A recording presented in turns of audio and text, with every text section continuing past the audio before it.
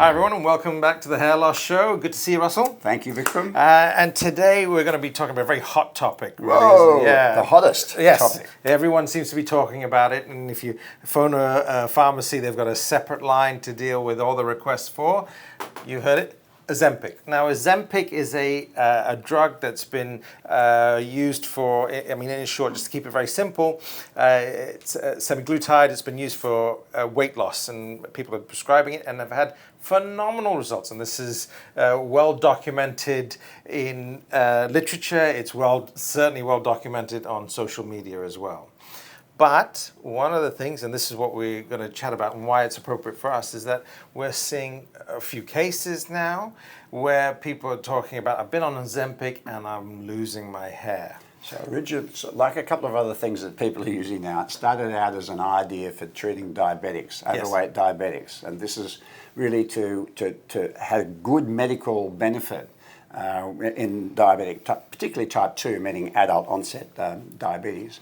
So this is where it started, but now all the people that are the diabetics that are trying to get their hands on it are struggling, because all of the people that aren't diabetics are going, wow, an easy way to lose weight. Yes. I've been looking for this for 10 years. So this is Ozempic. It's almost like a pandemic of people using it. I've had friends that aren't overweight. Who asked me for prescriptions of Ozempic, which I refused because they weren't diabetic, they weren't really overweight, they just wanted to lose a few pounds and wanted to do it the easy way. So the problem with it is that nothing is without, everything has a price potential. tag. That's a price tag. Yeah. So with Ozempic, it will likely be, we're not sure, but it'll likely be the rapid weight loss. Yes. So we've known this for a long, long while. When people go on crash diets, or after they've had stomach surgery, the stomach banding, where they lose dramatic amounts of weight. We're talking 20, 30, 40, 50, 60 kilos. Hair loss is very, very common for two reasons. One is that you are stressing the body, something So it's the stress response mainly that's causing the problem. Stress response is just huge on the body. And you may not be putting, particularly after the surgery, you may not be putting enough calories in and protein in, and so you burn muscle and you do all these sort of things. So this sets off the stressor response, and shedding is part of the stressor response. So yes, we're starting to see a lot of people. Yeah.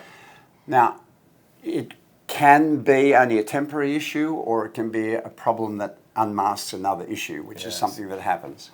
So if you have nothing wrong with you at the start, and you lose dramatic weight loss, then you should get recovery of the hair after you've gone through the initial shed. But sometimes what we find, it unmasks something that was going on underneath that hadn't been recognised. So if you've got a pre-existing potential of your hair to miniaturize and develop, let's say, sort of male or female pattern hair loss, that may accelerate that and make that more apparent earlier on. Correct. But you were probably still going to get to that point at some point in your future anyway. Indeed, but that's why we can't promise people that just the hair loss, the temporary hair loss that they're getting means they're going to have the head of hair they had beforehand. So I would caution our audience to think carefully about this. There is going to be a significant number of people that are going to find that second category, that they had this little bit of hair loss, particularly if you're older, right? Because it's more common, the more the hair loss is significant as you get older. So if you're using it just for pure weight loss, then you might want to be just a little bit careful about it, and if you are concerned about the fact that you've shed and it doesn't appear to be recovering, go and get seen. Yes. Because there might be something going on and you need to be assessed, and then once you've been assessed, perhaps an appropriate treatment program can be put into place. So it's kind of playing whack-a-mole a little bit, because you'll be taking one thing to lose weight, you may experience further hair loss, and you may need further treatment to mitigate that.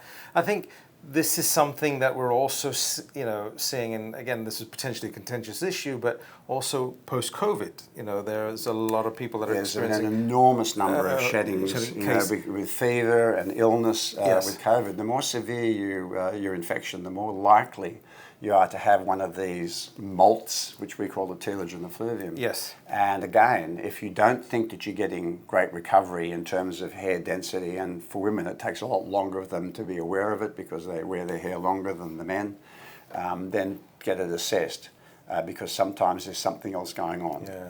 So again, that again comes down to the stress response of the shedding, which results in the shedding, and that can unmask a pre-existing propensity of developing the sort of further hair loss. So look, it's really good from a perspective. It seems very successful in terms of what it's meant to do, in terms of controlling blood sugar, lowering body fat mass.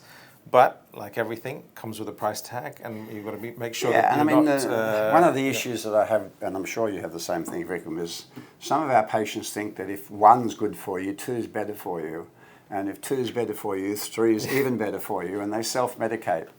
Let's not do this, people. All right, let's take good advice and be sensible. Weight loss should be a slow and orderly process, not a dramatic off a cliff process, because you're putting enormous stress on your body. So it's better to go slow and steady. It's like the tortoise and the hare.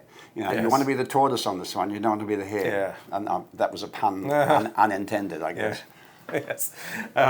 So yeah, keep it simple. But but again, take good advice. Make sure you're getting assessed properly. Make sure you're taking, if you are on Ozempic, you're taking it for the right reasons and it's being monitored. And if you are having any of the other issues, make sure you get assessed from that perspective as well.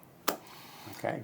Well, thank you very much for watching. I hope you found that useful to that little subtle warning we're giving you about use of these medications inappropriately or just aggressively.